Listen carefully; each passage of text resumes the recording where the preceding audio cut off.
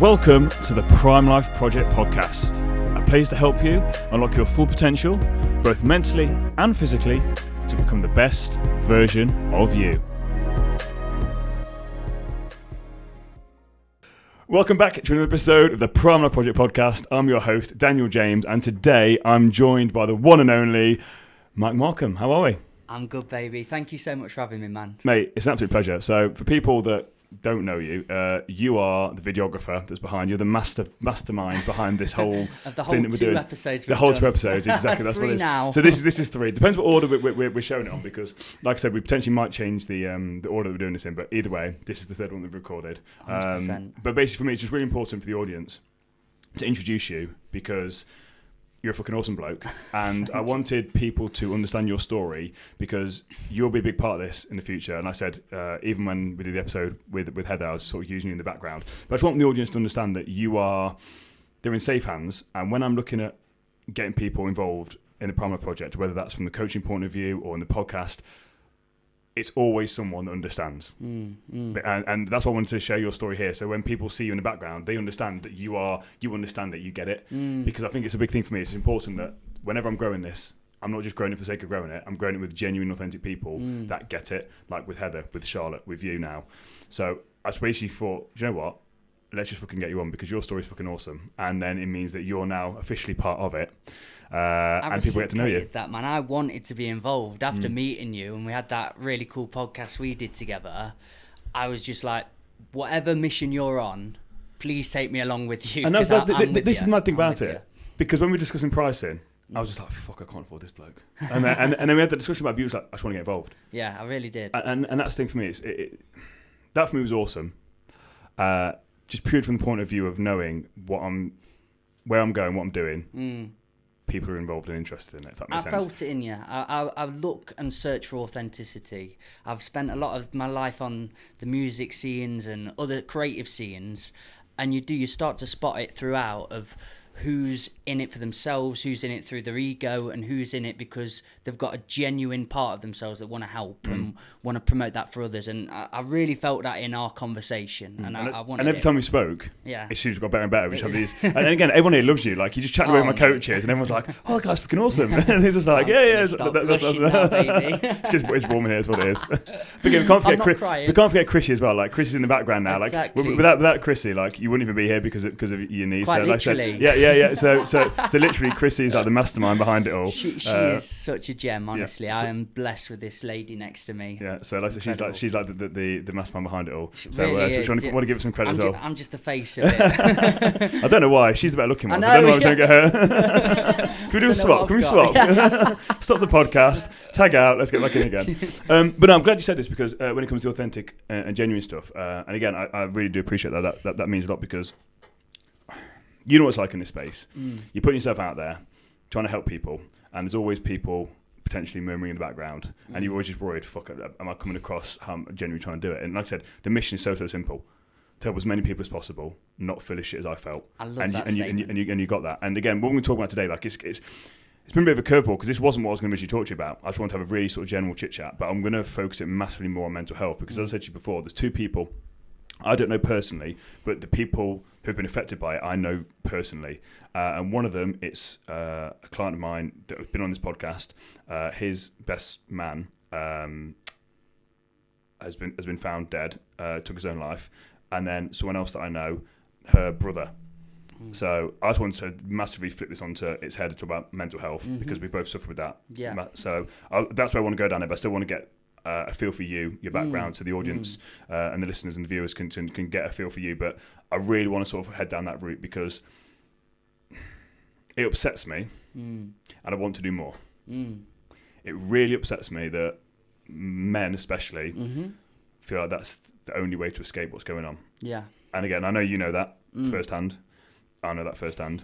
So we're going to talk about that today. That's why I want to sort of get this out there. But let's just talk about you for a second so people can get more of a feel for you. Give me a bit of a background about yourself. So, like I said to you before, all I really know about you is you used to do a shit ton of drugs and you used to be depressed. So fill in the blanks a little bit. I think you're about 9% there, mate. You've got it. You've got the picture.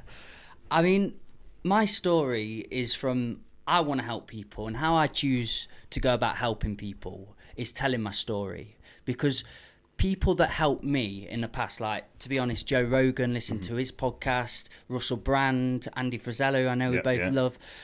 The episodes that got me were the ones where I heard all about their route of why they got to where they got to, because of that place of pain. They were lost in life, they were going through suicidal thoughts in some cases, Russell Brand addicted to drugs, so on. And because I could put myself in their shoes so heavily and strongly, that's what made me think, oh, there is a way out of this. I don't have to feel this shit anymore. So I think anecdotes and stories really help me shape my life from other people. So I choose to use my own for that. And there's a lot of power in that as well.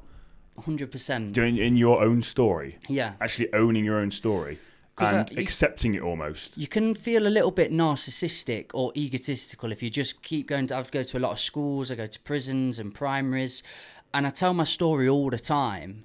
And sometimes it goes, is this fueling people? Is this helping people? But I do keep reflecting to when I was at my lowest and what was fueling me and what was helping me. And it really was listening to people talk about their darkest parts of their life and how they got out of it. So I keep going with that in mind, that, yeah, it is going to light paths by doing that. So I feel it is important, because I can't really talk so much about something in a book I've read or something in a podcast or a documentary I've listened to. I'm not very well at articulating that, but what I can use is my story. So I suppose I went through life very confused. At school, I did not belong there. I can tell you a bit of a story where I knew the catalyst of that. It was, I got kicked out of my primary school, and that takes some doing, because you got to be a naughty little bugger to keep going. It was like a Catholic where did you grow up? Ripley, born and bred. Oh God! Kicked out in Ripley as well. Yeah, mate. It's a crazy laughing in the background. It's known for EDL and BMP, so very short-sighted mindsets, very aggressive, one sight, and that's where I grew up. But also, I grew up in a very liberal family, because my mum's dad was quite a well-known doctor, and he came from Persia. So my mum's side's Mullen Feroz, and we've got a different second name. And because she's so proud of her heritage and got that side to her, we are a very liberal family. So you can imagine living in Ripley, having a very liberal side family, and then going to a school that's very indoctrinated with, doctrine. Yeah. Act like this, be like this. I was a fat kid there, and I was just horrendously bullied. That's all I can remember. So I needed to act the clown and play up. And the only thing I left school with was a certificate to tell me I'm dyslexic. That was literally all I knew. You got a certificate? Myself. I don't know if I got a certificate. It was to give me... Mum, have I got a certificate for my dyslexia? I don't know if I've got a certificate. I won. What did you win? Put that on the fridge. Oh. I know. I had to go to an independent place to get tested for my dyslexia. Yeah, they did send me there. I don't know if I've got a certificate. Yeah, I've definitely got the badge to prove it. And all I know is I've got glasses. I had to wear my green tint. I started off with the sheets. Do the sheets, you had to put over the paper to read that. I started off with the sheets, and then I got turned into glasses. I thought it was really cool with the glasses. The kids at school didn't think I was very cool, and I subsequently got bullied for that. Yeah, I did. Yeah, so I then stopped wearing them, which that was then my journey to not be reading. Imagine being the exact same but fat. Like the only saving grace I've had in my life is that I was a good goalkeeper. So I was always in with the quote unquote cool kids, even though I wasn't one of them. I was in there with them because I was the goalkeeper. I was gonna say though, were you a good goalkeeper, or were you one of them kids that's like, you go in net, you're great in net, and you weren't actually that good? Well, I think initially it was that, and then I kind of embraced it. I was like, I could just dive around on the floor, and apparently you've got to be a bit nuts to be a goalkeeper anyway. So I sort of ticked the boxes, and I was like, okay, cool, you can go do that. So I was like, okay. I think so. I didn't like to run around. Let's be honest. I think I was just lazy and just didn't want to run around. I could just stand there. So you got kicked out of primary school, which is impressive. Kicked out of primary school, pretty impressed everybody there, and just with the mindset of, I hate education. Mm-hmm. All it is a bullying factory. So I ended up going to secondary school. They let me have a go at that.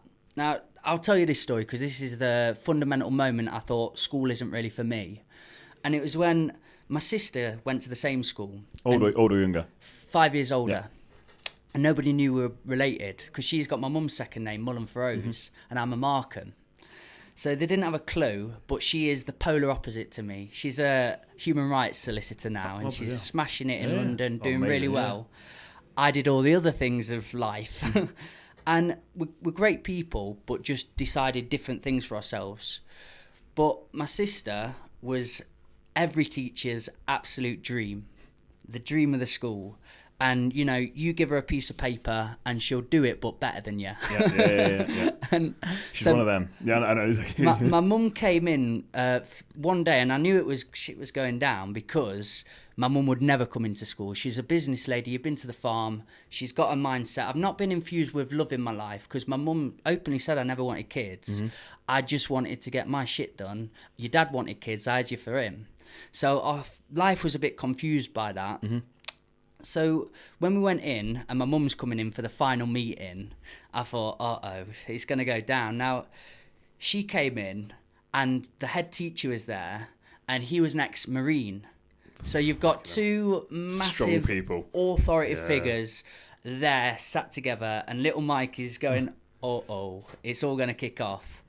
So this literally screaming match started within a minute. I can remember it. It was Mr. Dennison. I can say it. But he was going... Or black beep. We got the editor. You can do what you want. So the teacher was just literally going, seriously, he can't write, he can't spell, he doesn't listen. It's just all about what are you doing at home. And my mum's screaming going, it's your responsibility. He comes to here to learn, to write, to read, to do all these things. What are you doing? And it just went at each other, screaming. I remember the teacher, he got his big Marine hand and he whacked it on the table as hard as he could. And he went, Mrs. Markham, what we're going to do about your boy? And then my mum, who's really proud of her heritage, really proud of her descendants and where she's come from, just looked at him and went, I'm not a Mrs. Markham. I'm a Mrs. Mullen for Rose. And honestly, I've never seen in a room like this, about this big, the energy just transferred and everything chilled out completely. And he went, are you Beth's mum? And my mum really proudly then sat with him and goes, yeah, I'm Beth's mum. And he looked at me and he looked at my mum again and he went, you must be so disappointed in Michael. Fucking hell. And honestly, I tell it that well because I remember it that well. Cause well, I'm not fucking surprised. In his mind, he may have thought, and I'm trying to be compassionate in my life now to where people get to, and his militant mind might have thought, this will spur him on, this will make him want to be like his sister. But honestly, little clueless me, it broke me in two. I just thought, I do not belong here. Yeah. It was such a painful moment because I thought I'm never going to amount to my sister. Mate, I feel pain for you. That's made me upset. Oh, thank you. Because I can imagine it. It was hard. As a kid at that sort of age, and people say things, whether you interpret it rightly or wrongly, and again, even if you said it in that way or not, the words are still the same. Yeah. Because again, obviously in your head, how you've replayed it multiple times, it could have been, you've kind of turned it into something that's worse than potentially it was. But the wording that is like... And as a kid, they're so malleable. But even as an adult... Yeah. If someone says that to you as an adult, mate, that's devastating. If someone said that to me, if someone genuinely looked at me with complete sincerity and said that to me, that fucking broke me. It did. And in that time, you know, you're sculpting yourself. And all my life, I've just been told, thick, idiot, can't read, can't write, being laughed at. That's the thing for me. Call me stupid. Do you know if you want to see me? Are you thick? Oh, mate. Oh, it got me then. Mate. I just had a moment. I've said this to people. I'll take any insult you throw at me. If you insult my intelligence, that's like a fucking red flag to a bull. I can't take that. If you call me fucking stupid. If you want to see me do something, call me stupid. I think you're quite similar, aren't you, Chrissy? You feel a similar way on that. Fuck me, like that's one thing. It's a big one for I can't deal with that. But don't use those words. Does that stem from school? Does it? Yeah. Because I never managed to do anything really in school. Like I got decent grades-ish. Like I got some GCSEs and stuff like that. But I'd never enjoyed school. I was purely there for football. Didn't really care. I think during again, I've never really shared this story. I got caught shoplifting at secondary school, just trying to fit in with the cool kids. Yeah. I was the only one that got fucking caught. Well, no, me and this other kid got caught. Fucking silly Turkey Twizzlers. I didn't even fucking like Turkey Twizzlers. I can remember it now, mate. They were all fucking doing it. All these people in front of it. I stuck them in my pocket, two of them. And the thing, I didn't even get caught. I got grassed on by this one kid, and he grassed everyone up. Yeah. And everyone thought it was me. because this kid was this cool kid. He got grassed up. So he got caught. He actually got caught. He then grassed everyone else up. And because I was kind of like the nerdy sort of trying to fit in kid, everyone thought it was me that was the grass. And I remember sort of similar to you, no one in a screen match, but my mum having to come into school and sit down with the principal. Never seen a principal in my life. Yeah. I was a proper like goody two shoes, brought a well kind of thing. Yeah. Basically being told that if it happens again, like please get involved. Oh, fuck me, mate. Wow. Yeah, mate. They shit me right up. Then it's that kid got scary expelled. When the police turn up, isn't it? Yeah. But so that was a big thing for me. Like, and I've never freaking really spoke about that. But ever since then, I've been like, oh fuck. Yeah. But so I wasn't good at school, and then for some reason I went to college. Don't know why I went to college. I literally don't know why I went to college. I think it's because you told what to do, isn't it? Like go to college. Yeah. But this whole time, follow a narrative. Yes, but I never felt. I always felt like an outsider and a bit of a weirdo. And even to the point where now I've got a client of mine that used to go to school with me. She's like, oh yeah, of course I remember you. But how she remembers me at school is not how I remember me at school. And I'm just like, I'm surprised she remember. I can just remember feeling so awkward. And just trying to move from group to group to try and fit in. Like I like Warhammer. I loved Warhammer. I loved rock music. So I kind of hang around with those different groups. I like skating. But then you have the cool kids with the football, and all the cool kids were like sleeping with all the girls. And I was thinking like, what? Like, do you know what I mean? And I just remember, honestly, all I remember at school was just thinking to myself, I'm such a weirdo. Yeah. I was just I'm a weirdo. I was really spotty. I think that's why we connect. Yeah, I was really spotty.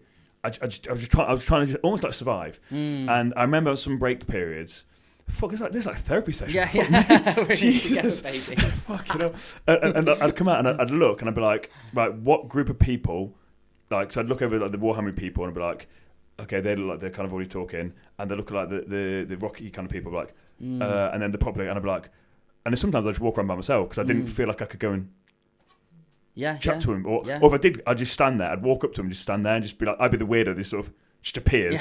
Look, where'd you come from? I've been stood there for an hour. That was me. And oh mate. It's like when you've got too high at a party or something. Yeah, just appear. Where do I belong? And that's basically what it was. Standing in crowds, then you're like, yeah, not you guys. But like I said, I look back at it now, I can't imagine what was going on in my head at that time, but it wouldn't have been anything positive. The narrative was going on inside my head at that point. I had such low self-esteem. A lot of inner dialogue. Oh, mate, it would have been terrible. Yeah. So I can imagine with that, when you said that, I, again, you say you relate to me, I can relate to you massively. I think a lot of the listeners can relate to that, because that's a big thing. Cool. Sorry, so school. Got kicked out eventually, because I was nuts before that, but I went Brazil nuts after that. I was all over the place. And, I flunked my exams, didn't have a clue where my position was in the world. And to be honest, the next part of my life came from, I worked in Thornton's. And that was pretty much what I thought my existence was going to be. And it was get this a bit of money in, go home, go out on the weekend with my mates, pull some girls. I got very addicted to girls because I felt very obsolete in myself. I just wanted to be loved. Didn't know what love was. No wonder we get on so well. Yeah. Because we were dicks. Literally. Yeah. But again, when I said on your show, and again I've said up on here, it's bizarre, isn't it? And this thing with this is, again, we can only speak from male point of view. We can't speak for females that are doing the same stuff. But for me, these lads that are going around just basically being fucking players, just sleeping around, and to other lads, the fucking lads that like fucking like the man. It comes from such a shallow place. Yeah. And for me, although like society, it seems, you're the cool kid and you're sleeping with all these people. It's come from a place of complete fucking emptiness, self-hatred, and just wanting some sort of love. Yeah. For me, I just wanted, especially bizarrely, my worst part of like my sex addiction was when I was depressed, which sounds really counterintuitive. But it's the only time I felt something. Yeah, I completely It's agree. The only time I felt something. Validation. Just anything. Yeah, just something. And then they'd leave, or I would leave, and I'd feel empty again. Yeah. So you had like a fire of serotonin, a fire of dopamine. Someone wants me. Yeah. So someone notices I'm alive. Fucking hell. So I look back at that now. Mate, it fills me up, man, because I lived it to its core. That we know about and we can talk about and articulate about now. But I was so involved in it, and I thought this was what life was. Sort of this small town. School was just shambles, going and getting this shitty job and just being treated like a mug, to be honest. And I did only last for like 3 weeks, to be true. I thought you were going to be on you're there for like 5 years. I trust me. Is yours this dramatic? I did. Yeah, I am. I'm bipolar, brother. But I did lots of shitty jobs, and this was the turning point. after school, I had to work on a farm for years. I did labouring. All the things you can imagine. And I was just trapped. But to be fair, Thornton's was the pivotal point and the catalyst of I need to change this shit. Because I was there and suddenly I remember I am that guy as well that's like, let's make the best of a bad situation. So whatever you're doing, do it with love. Do it as best as you can and do it with a smile. So I was on the aisle, or whatever you call it, the conveyor belt, putting 2 chocolates into boxes for like 12 hours a day sometimes. And it was an old guy sitting across from me who was talking, saying how shit his life is basically all the time. I knew I was going in, and he'd been there 30 years, and I knew what I was going to get. Fucking life, isn't it rubbish? What's the point of being here? Oh, well, same day. So I'm dancing on the queue going, yeah, come on, we're going to be all right, guys. What are you up to tonight anyway? You watching anything good? And the boss of that conveyor belt, that line, there was multiple bosses, but our line had one boss. And he just stormed over to us. And I remember he screamed about this far, so a few inches from my face, and just said, what the fuck do you think you're doing? Get on there and you act normally. What are you doing? And I just went, dude, I'm trying to make it a pleasurable experience. So then anyway, I stood there and I'm packing the chocolates again. And then he came back over because I was talking to people. And he went, right, come here. And he sat me on my own, putting labels. Naughty corner. Oh yeah, literally with the dunce hat on. And he sat me over there with people that couldn't speak my language, so that I couldn't speak to anyone. And I remember I just had an existential crisis in that moment. I've always had a very large inner dialogue, ticking over. But then it was like a thunderstorm of dialogue. I was just like, what is the fucking point? I want to die. I can't live like this anymore. It was just rapid. And yeah, I'm a bit wild. I just made a massive scene. I threw everything everywhere, started throwing boxes around. I needed the Rocky theme tune on, and I just stormed out. I went, I'm out of here. I went and saw my best mate, Jagger, who's in the police now and such a wicked guy.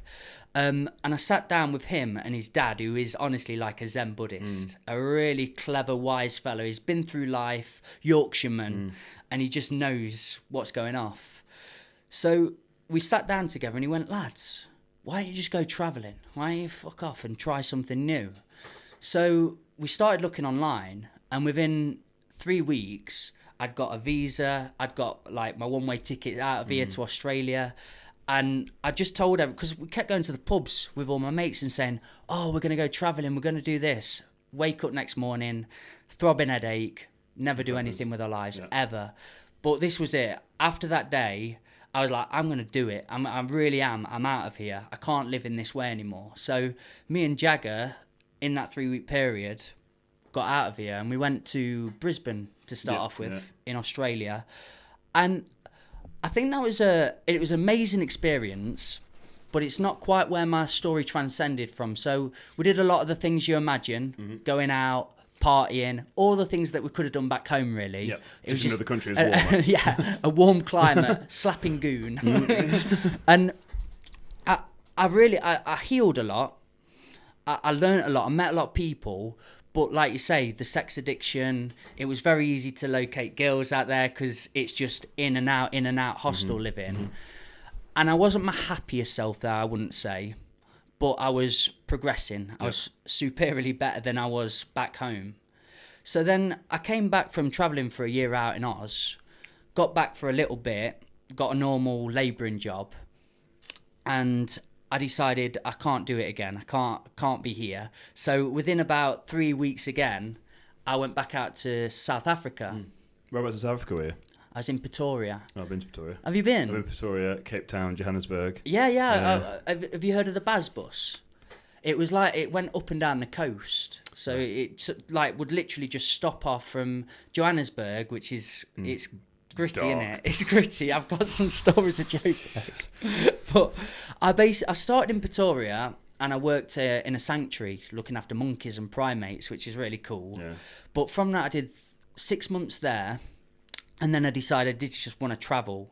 So I went up to Joburg and worked my way up and down it, the coast, which is amazing.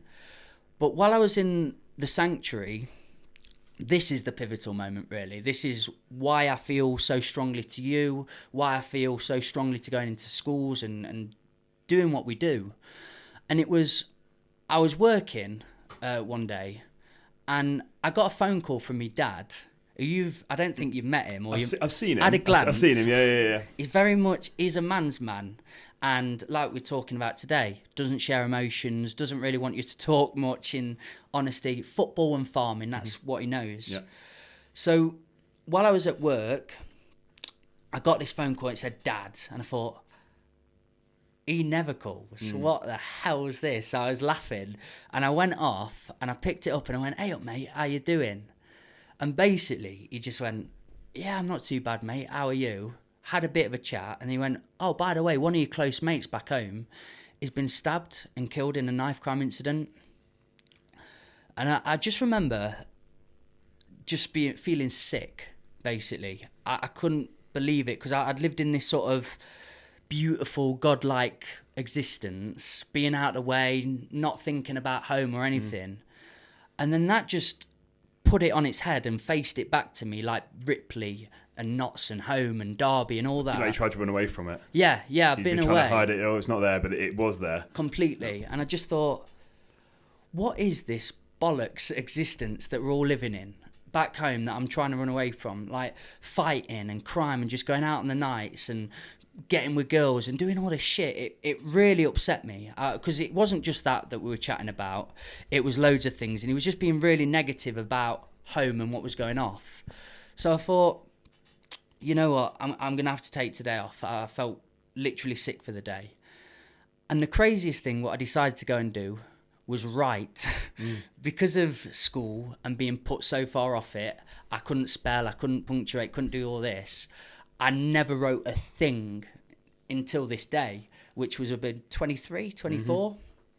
So I took the day off, and honestly, A4 pages of paper through and through and through and through. And it was the most cathartic experience I'd ever felt in my life. What were you writing? So I was writing about home, and it started coming... Positive or...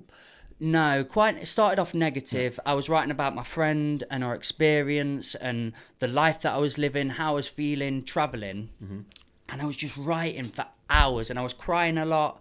But it felt so powerful. It felt like I gained a superpower from this writing. So from that moment, I just went and showed a couple of mates who I'd been living with and said, "Can I read this poem to you guys?" And they're all like... So did you condense it down? I did. So you wrote this negativity. Did the negativity turn into positive at the end? Yeah. Do you know what? This is an exercise actually that I take into schools. It's called free write, and you literally don't filter yourself. It is like meditation. You sit there, and I didn't know I was doing a free write at the time, but I was, and I just wrote everything that was coming to mind. I didn't stop. I was just like, I'm fucking fed up of life. I don't want to. And suddenly, as I was writing all this negativity, it would start creeping into positivity. I was like, I want to do something. I want to change it. I want to help. And I was going, well, this is nicer. And the feeling I was getting from when positive was started coming through, I thought, I'm going to try channeling this emotion, this energy more.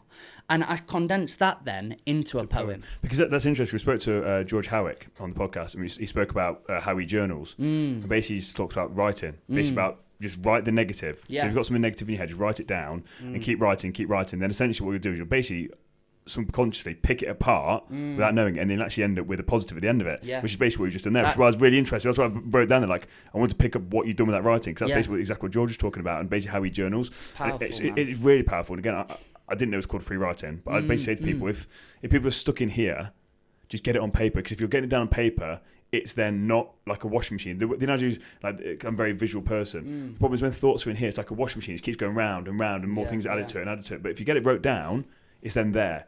and you can see it at its core. You give workshops as well, don't you? Yes, and yeah. It would be a powerful one. It's like you can either just say we're going to do a free write and get people to write anything, or a good one is called guided free write. So you literally throw out a question and then let them write from that. And sometime every 3 minutes, 4 minutes, you just add in another question and then let them keep going through. So the listeners here, that's again, if you're struggling with this, so powerful. Yeah, if you're struggling in that dark place, which is the whole point of having this conversation, that's powerful. It is. So let's just say right now, for anyone listening, that either themselves are in a dark place listening to this, or they know someone's in a dark place listening to this, what questions could they ask themselves? Because people, again, you're in that position where, unfortunately, you had that negative catalyst that led you to that. Some people right now might be like, well, I don't want to fucking write. What the fuck am I going to write about? So let's say that's me. And I've come to you and I'm like, mate, my life's fucking shit. I fucking hate my life. And you're getting me to free write. And I'm like, I don't want the fuck to write about.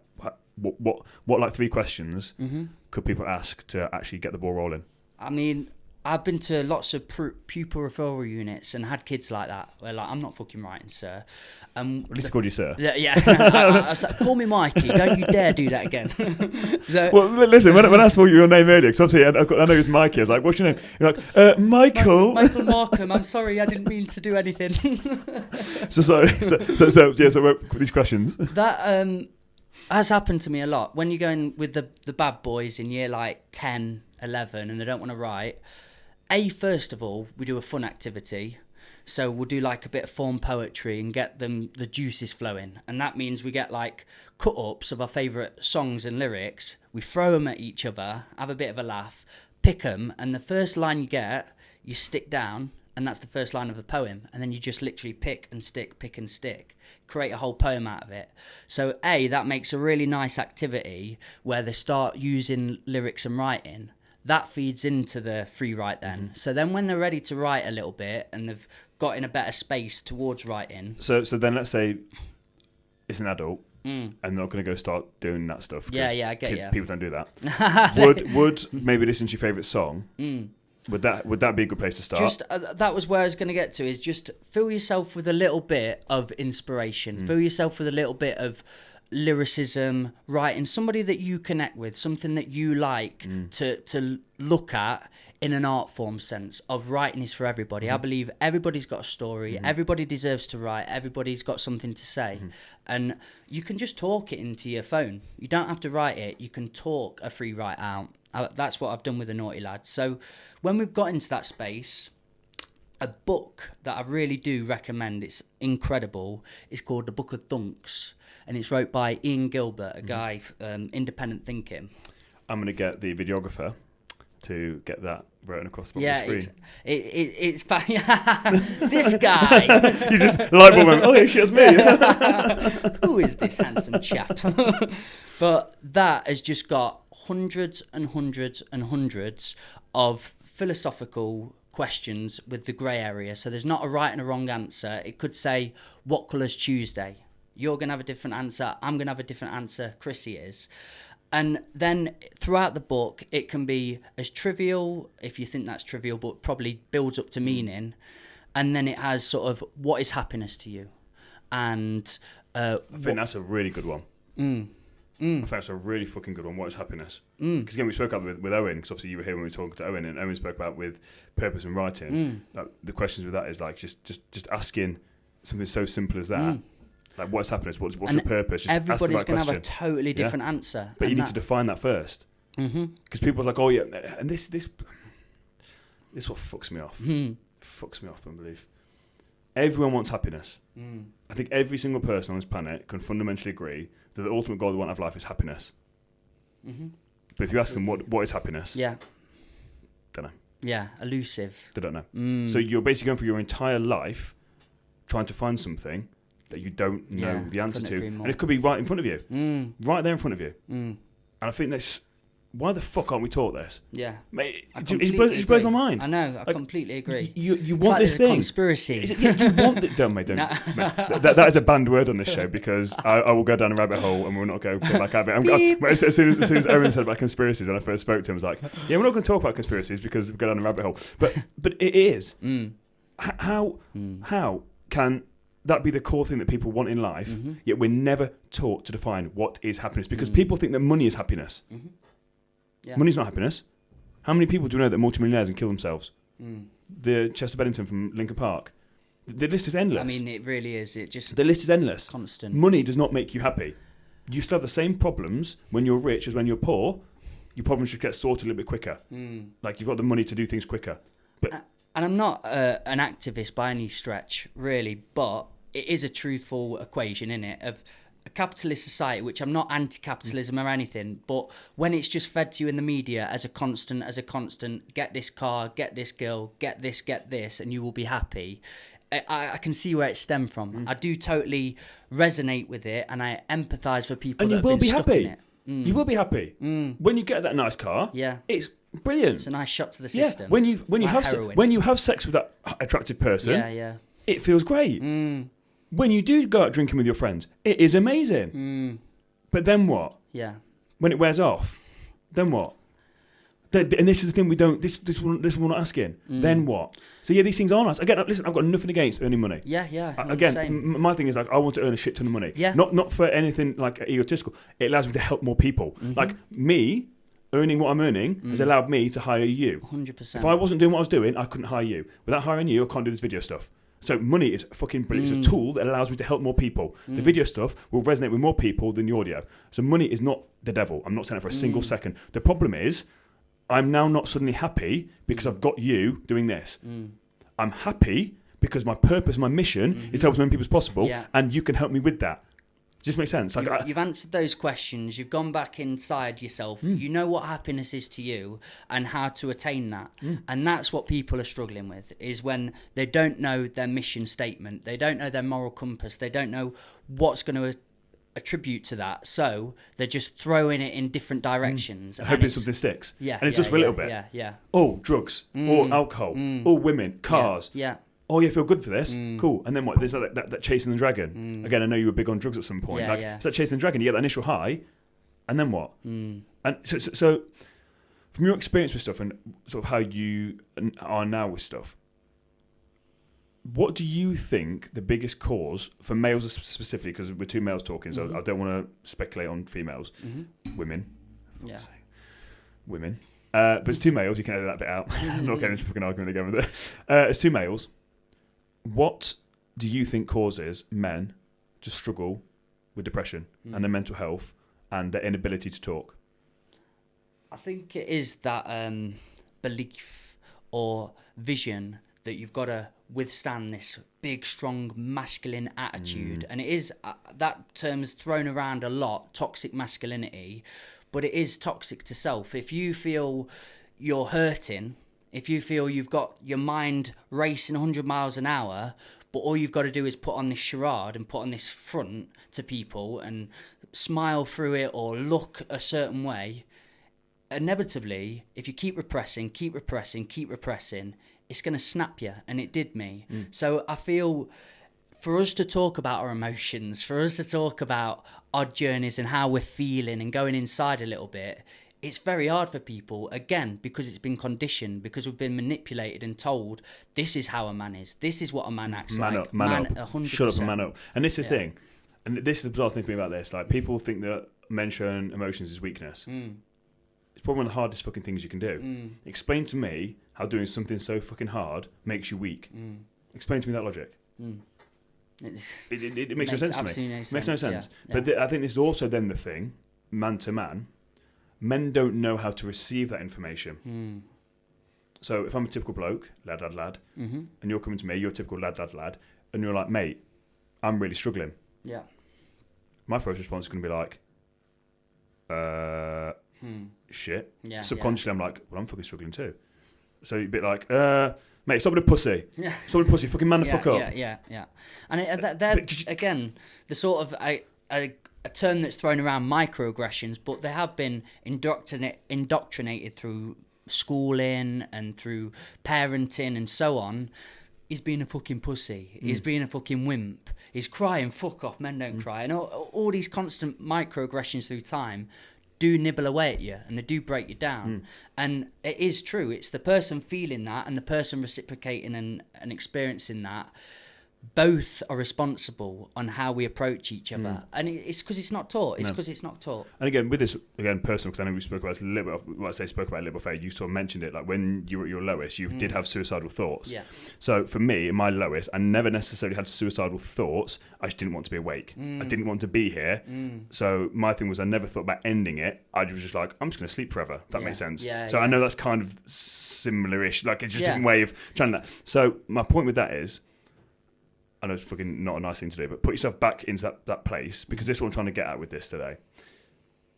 What could have been done when you're in that suicidal headspace to stop you, to pull you out of that? Because this is the essence I'm trying to get to. Because I've never been to that stage where that for me was a genuine route out, but for you it was. What made you feel that was potentially the only way out? And for people listening to this, what can be done or said in that situation to help? Okay. I mean, I'll tell you my story of the whole truth and nothing but the truth. And then I'll give a better answer to helping the audience and people who are in that headspace. Because my story and what we started with, I feel I can only help people with my story. And I don't advocate substances. I don't advocate doing anything that's going to harm you. But I just have to be truthful with what happened to me. Yeah. So when I went away travelling and I had a bit of a breakdown, I also met my first love out there. So we flew back together. I performed to my dad. My dad cried his eyes out because I asked him to do this poem and he'd never seen that before. And that got me in the mindset of, I'm going to do poetry, but I'm going to travel around the world and do this mission with this girl that I've found. Now, when I got home, she had a different vision. So basically, I went back to doing a rubbishy job. I got home, drenched I've been out labouring. I got back, and when I went upstairs, my whole room was empty, and there was a letter on my bed. And it just said, I'm really sorry I've gone. She'd watched way too much Hollywood, but we've been together about a year travelling. We'd had all these vision boards on my wall of like Thailand we were going to go to next, and all these dreamy ideas. And it was just all ripped down. Everything had gone. And it was just like, I'm out of here. And because you know about me, I've really suffered with lack of love and feeling a position in life and validation. My mates that broke up with girls would usually spend 2-3 weeks feeling a bit low, go out in the razzle-dazzle, be fine. Me, I broke in half. I literally shattered me because I've just got that attachment to love. I've been thirsty for it. I found it in somebody and it hit me so hard. Mate, we are so fucking similar. It's scary how fucking similar we are. So that's why we're doing this. When you're talking, I'm like, fucking mate. I when you're that desperate for love, you throw everything at someone to try and get that, and then when it gets taken away from you, it's a fucking mate. The actual physical pain in your heart, it fucking hurts. So from travelling, I'd come back with a passion and a purpose, and I felt great in myself, but I wasn't fully healed. I was still on my mission. I was still on my learning, and I still am now. I'm always going to be learning. But I'd not quite conquered the lack of love in my life. So this was my love learning lesson. And when I broke up with this girl, I just kept getting lower and lower and lower and darker and way past what I was before, to be honest. So before, when I was on this strict routine, I was pretty much like, I can't live in this existence. I don't want this reality. But it wasn't, I'm going to kill myself. It was, I just feel shit and I need to get away. Like you felt, just go to sleep. Here, I fucking tenfolded that. I was just going down and down. Because it's the interesting thing, though. She hadn't done that to you. It's just almost like the straw that broke the camel's back, isn't it? Like, is there something that had been bubbling up? Yeah. And then it's that one day, that one thing, it's like the strawberry, that the game of Buckaroo. Yeah. Just finally, that one thing you put on, bam, that's it, down you go, that fucking dark place. So again, it's one the audience pick up on that, because again, it's not like this girl specifically did that. That was just the straw that broke the camel's back. So when we're talking about guys in this dark place, or again, we're only talking to guys here, but females exactly, women are exactly the same. Like it's a thing, but it's just understanding that it's just not one thing that happens one day. You don't just wake up one day and be like, yeah, fuck it, I'm gonna kill myself. Fuck it, I don't want to be here. It's like, no, something will be the catalyst. But it's just always doing, like, you've just had all this Tinder there. What's the stuff that you've set fire to? Oh, kindling. Kindling. Kindling. Kindling, for fuck's sake. Kindling, and then just suddenly, that's it, just one spark, and the whole thing goes up in flames. So I just want to pick up on that, like, yes, that was the straw that broke the camel's back, but it's something that had been bubbling up. I'd been travelling, learned a passion, but I'd not healed. I had a lot more healing to do. So I come back, I was living with a gone, and then suddenly the lower I got, and when I started going past what I remembered depression being, and it was just waking up with dread of waking up and just thinking, I've got to go through this every day, and it was months of this. I typed in on the internet, easiest ways to die. I went on Reddit and I was just looking at threads, and I was so ready. I felt in my whole soul, you know what? I felt a bit happier because I thought, I've got a way out now. I really did. I felt a release that I didn't actually have to live this existence anymore. So the last day, when I basically was ready to go, I went on Reddit. I was just, what can I do? Can I do the X, Y, Z, Z, Z? I was just scared of the pain it was going to be. So I was looking at easiest ways to do it. And this guy who I'll never meet, I'll never know who it was, anything about him, he saved my life. And this is just a truth. And I don't advocate anything on this front. This is just my journey. And he said, before you do anything daft, why don't you try a psychedelic? And I thought, I live in Ripley. I know some people. I'm going to be all right. I know where to go. And I did. I started contacting a few people. Within an hour, somebody said, yeah, I know where to get you something. So I went and picked up, and I got home because I was... What was it? It was acid, LSD. So my dad was watching me on the clock, and he would only let me out for like 15 minutes a day. To go and see a mate or something. I had to come back because I was on... Did he know that you were that bad? No, well, pretty low because I was on suicide watch. So they knew that they kind of knew that it was a thing. They didn't know that was the day I was going to kill myself. But they knew that you wanted to. They knew I was not safe. I was going to be sectioned. So my dad was always in my living room and my side, because they live on the other side of the house. And I got back and I dropped this tab. And I didn't have a clue what was going to happen to me because I'd only sort of dabbled in very minor things before that. And I remember sitting in bed because I had to sleep downstairs, and my dad was sat across from me. Did he know you'd taken it? No, not a clue where I've been, not what I've done. And 40 minutes in, I remember just seeing the walls started pixelating. Things started looking very different to I'd never comprehended because I've never experienced anything like that before. And this is the brilliant moment because I remember it so funny. And I looked across at my dad and I just went, Dad, I'm going to let you into a secret. I've just taken some acid 40 minutes ago and your head's turned into a pineapple. And I can't look at you now. Please, can you leave? I need to go through this mission on my own. And my dad, again, who's not very emotional man, doesn't know really how to address that, just went, fuck. Are you all right? And I went, yeah, but I've got to go through this, mate. You've got to leave me because you're going to probably mess up this experience. So he went away, went on the other side. That's trust right there. Yeah. That's for a father, for a son. Yeah. In the state you were in, yeah, that is fucking trust. It was powerful. That is very powerful. What he allowed in that moment, because it could have been police, it could have been making you sick, get that fucking shit out of your somebody system. else coming along, but he just went, right, he's been really low. He obviously needed to go through this. I don't know what to do, so I'm just going to leave it to him. And I can't imagine what I put him through, to be honest. I can't imagine him going on that side of the house, just envisioning what I'm going through for that night. But truthfully, mate, and I don't want people to go on this mission, but this is what happened to me. It healed a huge hole inside of me, and I think I had all of these answers there. I just didn't have access to them. I didn't know how to access them, in fact. And what psychedelic did was just push me down them rabbit holes I needed to go down of my mind. And a massive one, I remember it.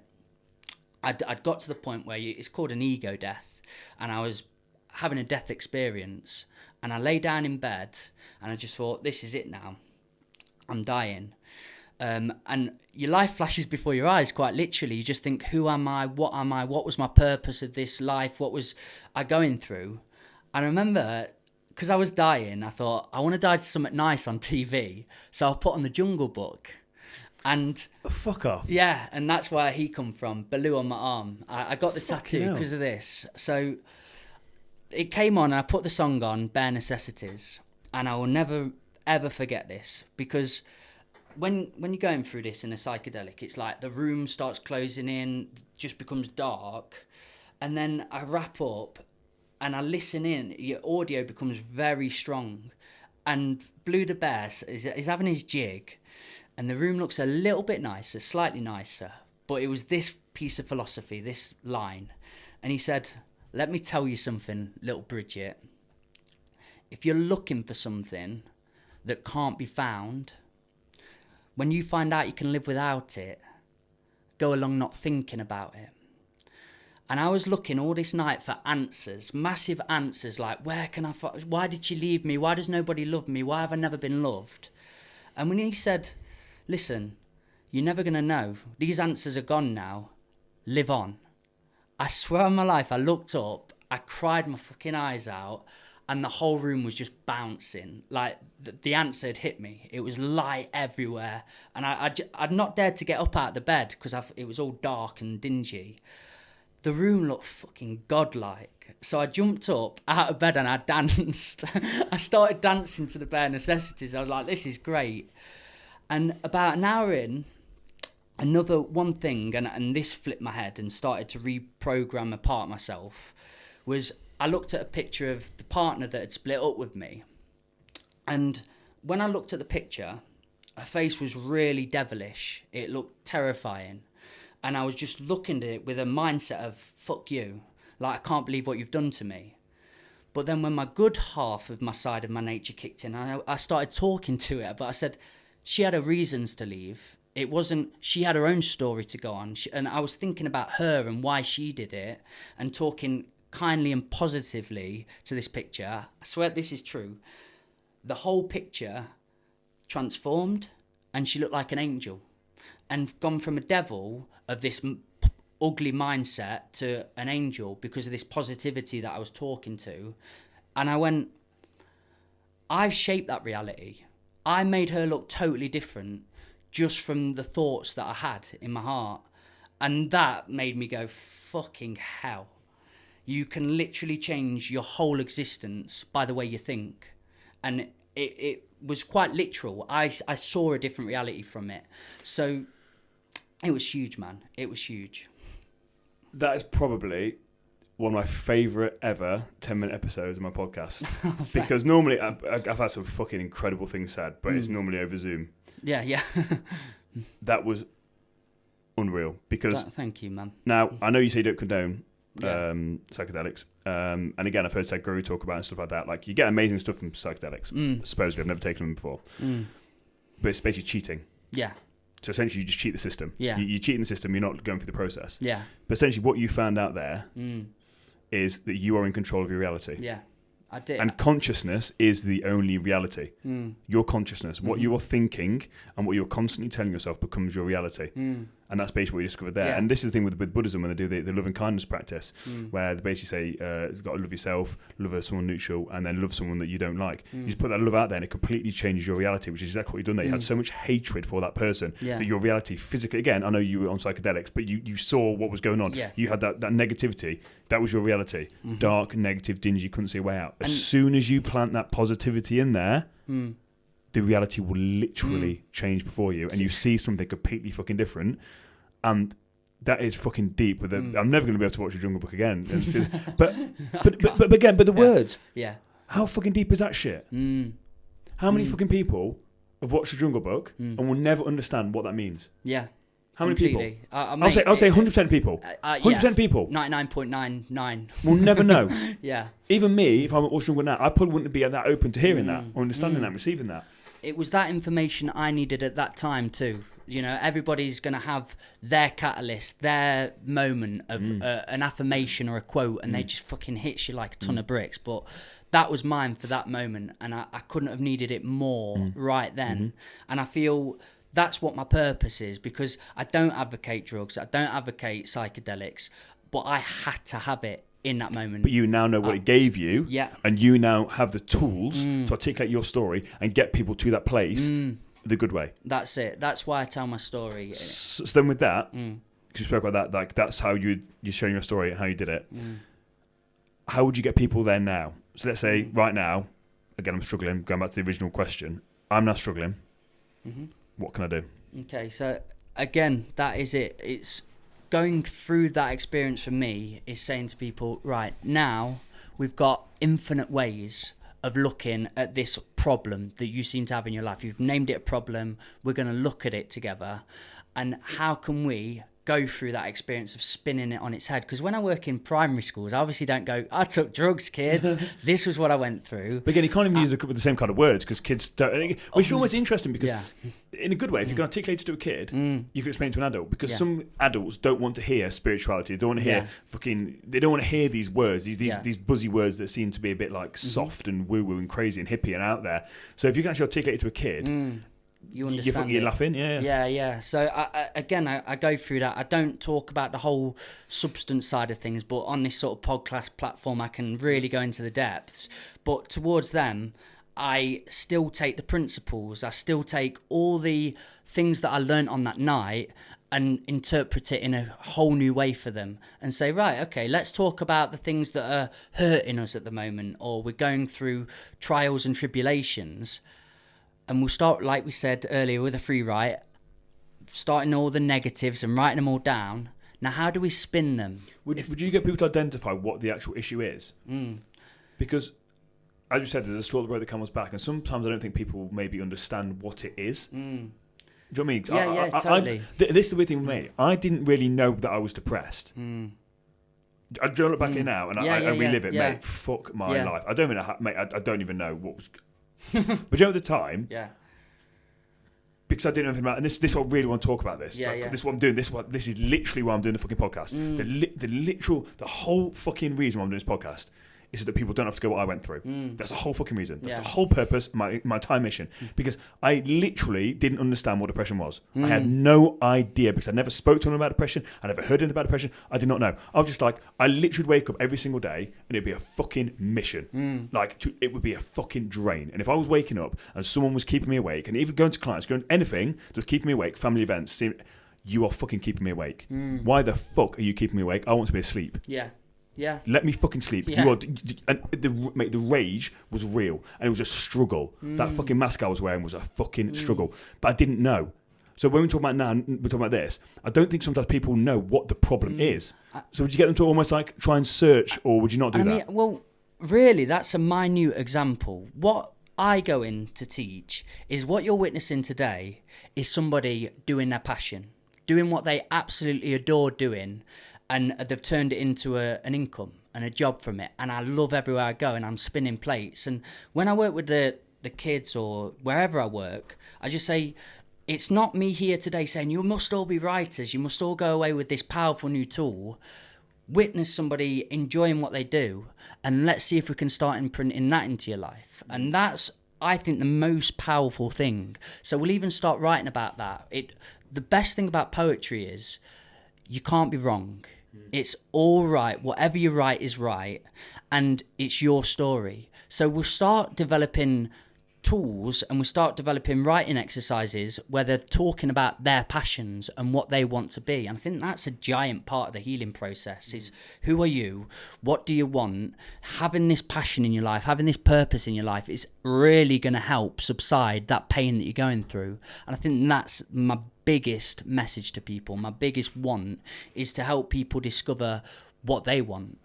It's the biggest. That's what I really advocate when I go in. Because that's the thing, I can't remember who I was speaking to the other day. I cannot remember for the life of me who it was. But she was saying that she can't see herself. Who the fuck was it? But anyway, she couldn't see herself living like past 30. She's only like mid-20s. And I thought, that was me.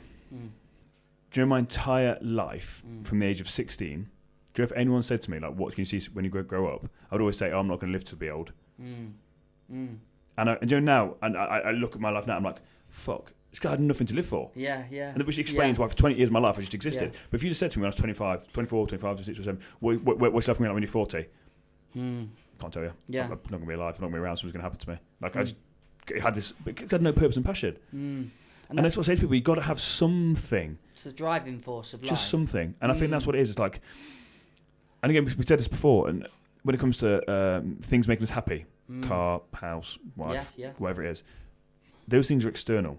They can be taken away. I said, was it on our podcast I spoke about that quote? So, yeah.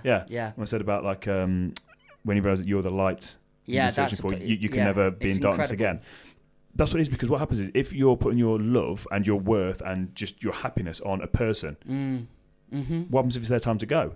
Like, forget like leaving. What if it's their time to go? Even when you're 80, 90 years old, it's that person's time to go. Your car. Anything external. Anything external. A car. That doesn't mean when that person goes. Like, of course, it'll be fucking sad. You're allowed to be fucking. And this also fucks me up about their self-help space where people have to be happy. You can't be happy all the time. Don't fucking try to be. It's impossible. You're never going to be happy all the time. If that's your goal, you're never ever going to get that. It's impossible to be happy all the time. The goal is to be in constant pursuit of trying to be as happy as you can be. But I feel like if you put in that happiness on external things, it can get taken away from you. But if you just realise that you've got to be happy within yourself first. I mean, I used to look at my phone now, crack to shit. Yeah.